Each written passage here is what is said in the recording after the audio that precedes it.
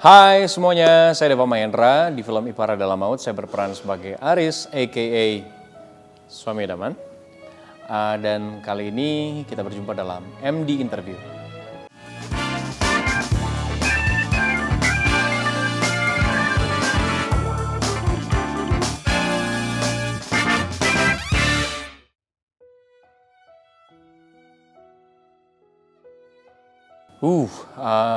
Pertama kali bergabung dengan proyek Ipar Adalah Maut, sebenarnya saya masuk bukan di pertengahan, bahkan di akhir-akhir masa reading sebenarnya nih. Kalau boleh jujur, saya nggak tahu boleh ceritain apa enggak. Saya masuk di mana fase readingnya itu tinggal kurang lebih seminggu sebelum akhirnya syuting dimulai. Waktu itu cukup terkejut juga begitu ditawarkan. Karena pertama saya nggak pernah expect sama sekali, karena setahu saya memang sudah hampir syuting waktu itu ya. Lalu kemudian ditawarkan, saya nggak punya alasan untuk nolak karena 27 draft saya dikasih lihat. Saya langsung kebayang bagaimana kerja keras tim di belakang layar untuk film ini. Masa ya saya nggak mau gabung di sebuah proyek yang sudah disiapkan sedemikian rupa. Dan kemudian yang kedua yang bikin saya tertarik adalah karena memang ceritanya menarik gitu. Selain memang konflik yang hadir dalam Ipar Adalah Maut, film ini saya rasa bisa jadi medium edukasi lagi untuk penonton-penonton film Indonesia yang mungkin belum tahu. Bahkan saya aja jadi diajari sama film ini karena sebelumnya saya nggak pernah tahu bahwa kata ipar atau kalimat ipar adalah maut itu bahkan ada dalam sebuah hadis gitu. Tapi karena film ini saya jadi paham, saya jadi tahu, dan akhirnya mulai belajar dan mulai melihat lagi dalam kehidupan sehari-hari, bercermin lagi bahwa sekiranya mungkin ada hal-hal yang selama ini kita normalisasi tapi mungkin keliru. Nah itu jadi lebih belajar lagi sih gitu.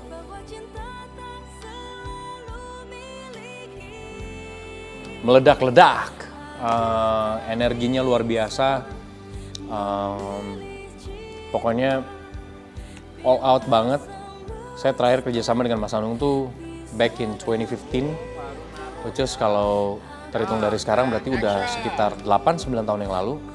Jadi untuk bisa kembali kerjasama dengan Mas Anung setelah sekian lama, rasanya seneng banget. Apalagi energi yang saya dapat dari Mas Anung itu bahkan jauh lebih besar dari energi yang terakhir kita kerjasama. Jadi kayak, rasanya kayak sama-sama apa ya? Kayak mahasiswa film lagi bikin project akhirnya nih gitu. Jadi kayak energinya luar biasa. Seneng banget dan apa ya? Terutama dapat dukungan penuh juga dari MD. Kemudian Pak Manu juga sering banget datang ke lokasi. Syutingnya luar biasa, penuh dengan energi. Cara mendalami karakter Aris yang pasti dari skenario ya, karena saya jujur saya nggak baca bukunya, karena memang itu juga hal yang saya hindari karena bagaimanapun pegangan utamanya adalah skenario. Kemudian diskusi dengan director, karena itu penting. Menurut saya diskusi dengan director itu semacam asupan energi atau sarapan lah, breakfast sehat untuk seorang aktor. Jadi saya ngobrol sama Sanung, ya terlebih lagi meskipun masuk di akhir banget persiapan film ini, paling nggak saya masih dapat waktu untuk sempat reading bersama dengan teman-teman cast yang lain, dan juga ngobrol sama cast-cast yang lain, Michelle, Davina, minta input. Ya kita ngobrol. Itu salah satu cara saya untuk mendalami karakter Aris. Oh, dan juga ketika ada kesempatan untuk ketemu dengan Mbak Eliza, penulisnya, saya juga banyak nanya. Dari situ sih.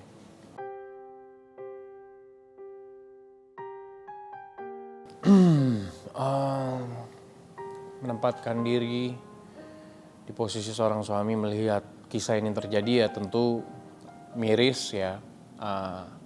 Saya turut berempati tentunya dengan dengan kisah ini.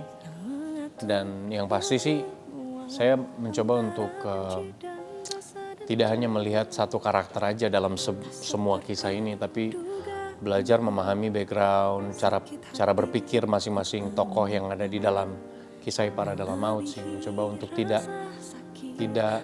ngejudge lah, tidak menghakimi secara sepihak sih.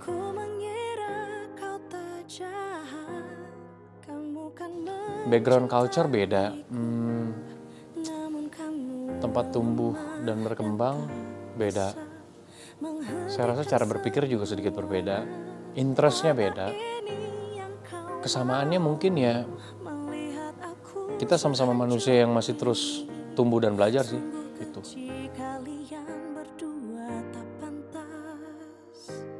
Cara membangun chemistry, chemistry itu tumbuh karena ada rasa percaya. Nah, rasa percaya ini tumbuh dari obrolan-obrolan mulai dari yang penting sampai yang nggak penting sekalian. Intensitas ngobrol sih. Jadi memang ketika ada kesempatan, terutama dalam fase-fase pre-production, reading yang sangat singkat itu untuk saya gunakan untuk ngobrol, misalnya dengan Michelle, dengan Davina, karena menurut saya nggak ada cara lain selain ngobrol. Kan dengan ngobrol itu semacam pintu. Jadi ketika obrolan itu sudah terjadi, pintu itu terbuka. Pintu itu untuk apa? Supaya percaya itu bisa masuk. Nah, kalau percaya, kita saling percaya, pada akhirnya proses kreatifnya juga akan lancar karena kita tahu apa yang kita lakukan, kita tahu apa yang kita sama-sama lakukan. Jadi itu sih paling ngobrol sih, dan itu memang selalu saya lakukan. Tapi obrolannya juga bukan obrolan yang sifatnya dipaksakan gitu, tapi lebih yang ke mengalir aja, karena saya juga nggak mau bikin situasi atau suasana obrolannya justru bukannya membangun chemistry tapi malah meruntuhkan chemistry.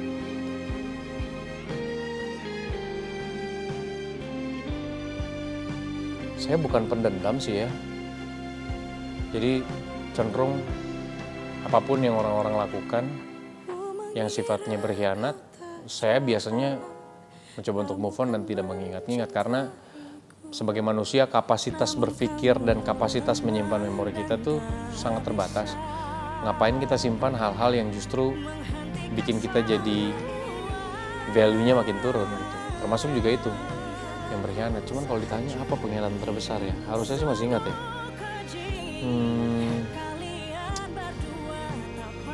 Mungkin waktu kecil ketika tabungan saya yang saya udah celeng di celengan ayam itu dipecahkan tanpa sepengetahuan saya oleh orang tua saya. Itu sih kayaknya.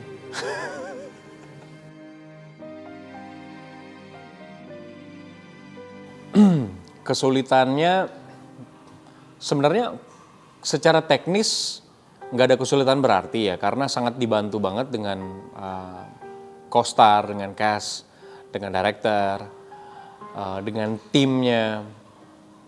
Pokoknya proses kreatif film ini tuh kalau kita ngomongin teknis, memerankan karakternya itu hampir nggak ada kesulitan berarti. Cuma lebih kepada diri sendiri aja, karena bagaimanapun nggak bisa dipungkiri cerita ini udah viral duluan. Kemudian outputnya juga udah ada buku, terus juga ada podcast yang berupa sketsa. Paling nggak bayangan-bayangan pembaca terhadap karakter Aris, at least pasti sudah terbentuk gitu. Nah, bagaimana kami dan saya bisa membuat karakter ini dengan versi kita, tapi tetap believable, tetap relate juga gitu. Jadi lebih ke situ sih. Tapi sebenarnya kalau ditanya selama syuting, sangat terbantu sekali dengan kerja sama tim.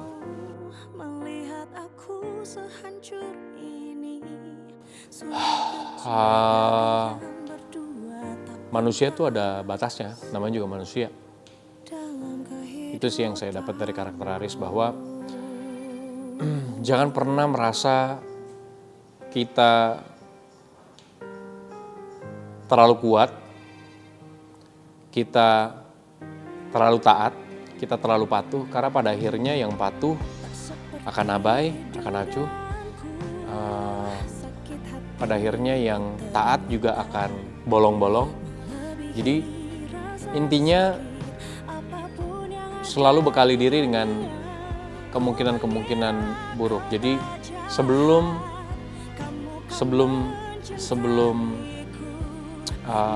terjadi, lebih baik dicegah. Mas Haris kayaknya beda gitu loh. Ya aku ngerasanya kayak ada sesuatu yang dia sembunyiin dari aku. Kita mau ngapain di sini, Mas? Kalau kamu nggak mau, kita pulang aja. Selama ini kamu bersandiwara jadi laki-laki yang soleh, ayah, suami, dan kakak ipar yang baik.